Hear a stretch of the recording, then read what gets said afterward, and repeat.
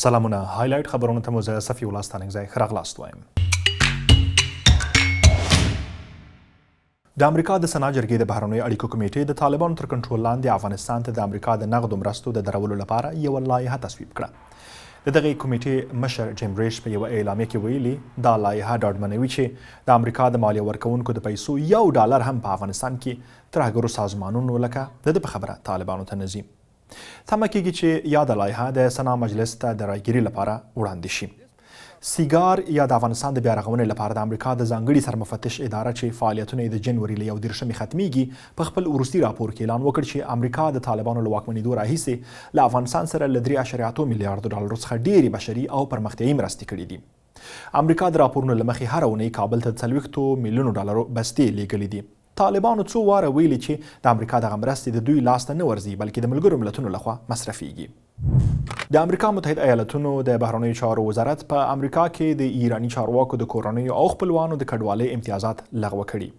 د بهرنیو چارو وزارت په یو بیان کې لیکلي څرنګه چې ایرانیان د خپلو اساسي حقونو لپاره مبارزې ته دوام ورکوي، د بهرنیو چارو وزیر مارکو روبیو دا اونۍ یو لړ ګامونه پورته کړل ترڅو د لوړپوړو ایراني چارواکو او د هغوی د کورنۍ غړو ته په متحده ایالتونو کې د پاتې کېدو امتیازات لغوه کړي.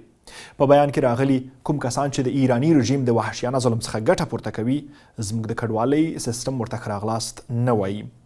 امریکا دغه اقدام لږ وروسته له هغه وکړ چې اروپایي ټولنې د ایران د سپاه پاسداران انقلاب اسلامي ځواکونه د ترهګریز سازمان په توګه اعلان کړ او له ایراني حکومت سره تړلو کسانو باندې یو لړ بندیزونه ولګول. نن د ازادي راډیو 40مه کلیزه ده. د ازادي راډیو خپرونې د 2002 میلادي کال د جنوري په 10 پیل شوې. ازادي راډیو د افغانستان د مولټي میډیا مخکښه رسنۍ ده. په اوسنیو شرایطو کې چې د افغانستان دننه رسنۍ او د بیان ازادي له محدودیتونو او بندیزونو سره مخ ده، ازادي راډیو تر بل هر وخت زیات د بې پرې او پر وخت معلومات خپرولو ته ژمنه ده. له ولسواکۍ ملاتړ، د بشري حقونو او لږکیو د حقونو تأمین د ازادي راډیو له اصلي اهدافو دي. د افغانستان د فوټسال ملي ټیم مالیزیا ته ماته ورکړه. دا د اسیا د ملتونو په اتلولۍ لوبو کې د افغانستان دویمه بریا وه.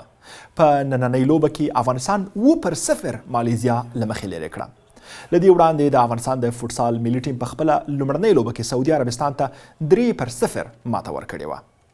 تمه ده چې د افغانستان د فوټسال ملي ټیم د اسیایي ملتونو په اتلولۍ کې د ګروپي دور وروستۍ لوبه د یکشنبې په ورځ د ایران په وړاندې ترسره کړي.